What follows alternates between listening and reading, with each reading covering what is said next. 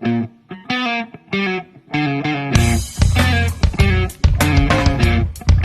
as you guys know, the Abomination was reintroduced in She-Hulk, or made a returning appearance in She-Hulk, the television series. And don't you worry, I have a lot of videos I'm going to make on that show, but I'm just waiting for it to be over so I can give my final thoughts on that show, because oh boy, there's a lot to say. One thing that really disappointed me was the return of Emil Blonsky, the Abomination. Now, the Abomination I felt like was a very underrated villain in the MCU. Or I may just have such a bias towards the character that I'm just willing to give him a pass because it's the Abomination and I love the Hulk. It may be one or the latter. Like, I don't know. It depends.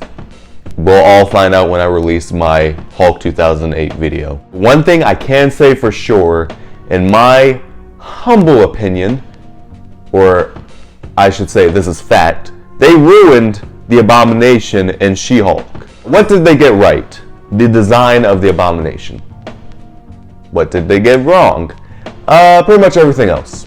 Number one, I do not like the excuse that they used for the Abomination escaping the cell that Wong basically brought him into Kumite, the stuff that was going on in Shang-Chi, or the stuff going on in the Kamar-Taj, basically making them get out, but then he begged to go back into his cell. Which, this is supposed to be a lost show, so really, they still would lose the case because he still broke out. So technically, there would be no escape. But whatever, say I'm going with it, right? I just do not like the way that they've been handling these Hulk characters in the MCU. Where to the point where they're basically punking them out. If I do recall, the Abomination was very much an intimidating figure. Now the design was, I actually do think the design was actually pretty cool in the first movie, but I do prefer this overall design that they have now. Although, he did look far more intimidating in that first movie.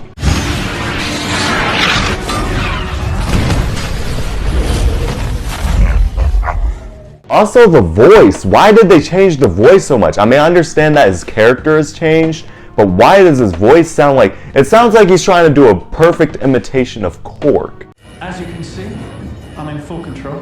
Why? Why would you guys do that? Why? Basically, a lot of the men in She-Hulk, and they had to do it to Abomination as well, just are really soft.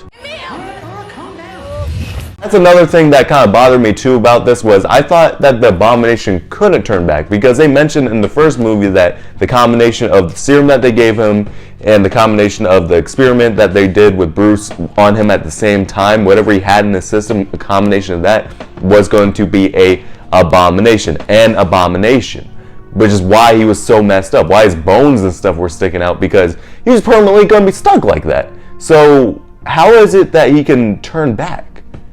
Like, they never once explained how he can and cannot turn back. Because how would he even have time to practice this? Because remember, whenever he turns into the Abomination, alarms go off. If alarms go off and stuff like that, how would he have time to, like, practice this? Or practice control of it?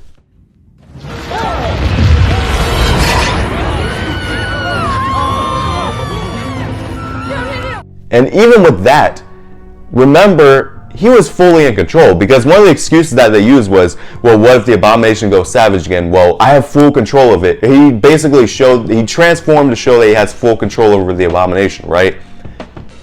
But at the same time, he had control of it before, and he was still killing people.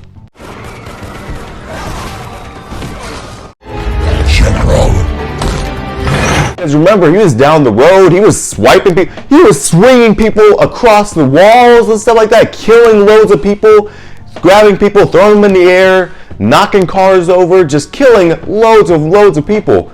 And keep in mind, he was fully conscious in the Abomination form. You don't deserve this power. So it doesn't matter whether he had control over it. He had control over it then, and he was still choosing to kill people. I mean, I get it. It's kind of interesting that they're having the Abomination go through this whole redemption story and stuff like that, but the way they handle it, just to kind of add comedic effect to it, is so lazy. And really, they're really punking out the Abomination, making them apologize. All right, I'll transform back.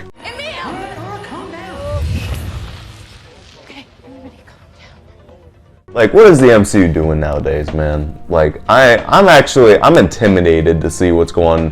What characters are they gonna butcher next? Because this was just straight up disrespect to the character. Also, one other thing that I want to touch on that I thought was kind of stupid too was when they were asking him, you know, well, do you feel sorry and stuff like that. It doesn't matter whether or not he feels sorry. He went and killed loads of people as the Abomination. It doesn't matter. He's still a freaking villain.